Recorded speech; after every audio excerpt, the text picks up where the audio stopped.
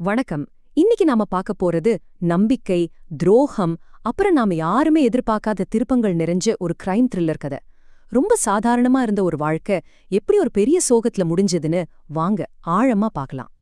சரி, வாங்க கதைக்குள்ள போகலாம். கனவுகளோட வாழ்ந்துட்டு இருந்த ஒரு பொண்ணோட லைஃப் ஒரே ஒரு ராத்திரியில எப்படி ஒரு இருண்ட மர்மமா மாறுச்சுன்னு இப்ப பார்க்கலாம்.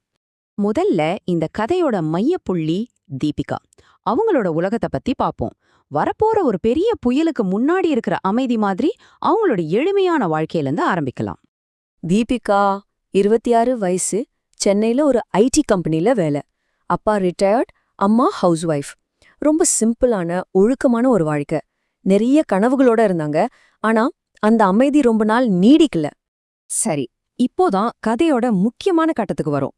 அவளோட அந்த அமைதியான வாழ்க்கையே தலைகீழா புரட்டி போட்ட இந்த மொத்த மர்மத்துக்கும் காரணமான அந்த சம்பவத்தை பத்தி பார்க்கலாம். இந்த மர்மத்தோட ஆரம்ப புள்ளி எது தெரியுமா? கொஞ்ச நாளைக்கு முன்னாடி அவளுக்கு வந்த சில அனாமதிய கால்கள். அப்புறம் அந்த ஒரு ராத்திரி வேலை முடிஞ்சு கிளம்புனவங்க வீட்டுக்கு வரவே இல்ல. அடுத்த நாள் காலையில அவங்களோட போன் மட்டும் ஒரு பாழடைஞ்ச பில்டிங்ல கிடைக்குது. ஆனா தீபிகா எங்க? அவங்களுக்கு என்னாச்சு? இப்போ இந்த கேஸ கையில எடுக்கிறாரு இன்ஸ்பெக்டர் விஜய். ஒருத்தங்க காணாம போயிருக்காங்கன்னா முதல் சந்தேகம் யார் மேல வரும்? அவங்களுக்கு நெருக்கமானவங்க மேல தானே.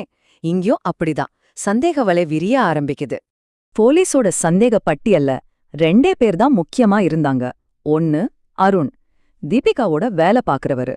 ரொம்ப பதட்டமா இருக்காரு. கடைசியா தீபிகாவை பார்த்ததும் இவர்தான்னு சொல்றாங்க. 2வது மீரா, தீபிகாவோட பெஸ்ட் ஃப்ரெண்ட். ஆனா அவங்க சொல்ற பதில்கள்ல ஏகப்பட்ட முரண்பாடுகள். இதுல யார் உண்மைய மறைக்கிறாங்க? விசாரணை ஆழமா போக போக தீபிகாவோட அந்த சிம்பிளான வாழ்க்கைக்கு பின்னாடி ஒரு ரகசிய பக்கம் இருந்திருக்குங்கிறது தெரிய வருது. ஆனா கொடுமை என்னன்னா, அந்த ரகசியமே அவளுக்கு எதிரா ஒரு ஆயுதமா மாறிடுச்சு. இன்ஸ்பெக்டர் விஜய்க்கு ஒரு விஷயம் நல்லா புரியுது. தீபிகா காணாம மட்டும் போகல, அவங்க ரொம்ப பயந்து போயிருந்திருக்காங்க. ஆனா ஏன்? அவங்கள பயமுறுத்துனது எது? அவங்களோட போன்ல கிடைச்ச இந்த ஒரு மெசேஜ் முழு கதையும் மாத்திடுச்சு. நீங்க என்ன இக்னோர் பண்ணினா உங்க சீக்ரெட்ஸ் வெளியில வரும்.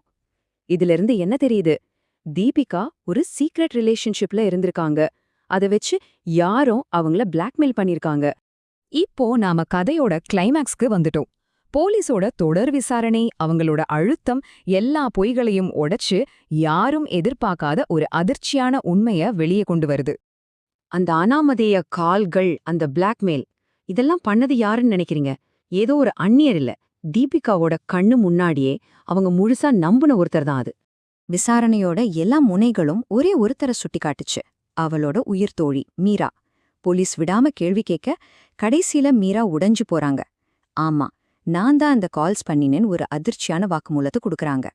அப்போ அந்த கடைசி ராத்திரி என்னதான் நடந்துச்சு? இது ஒரு பிளான் பண்ண கொலையா? இல்லவே இல்ல.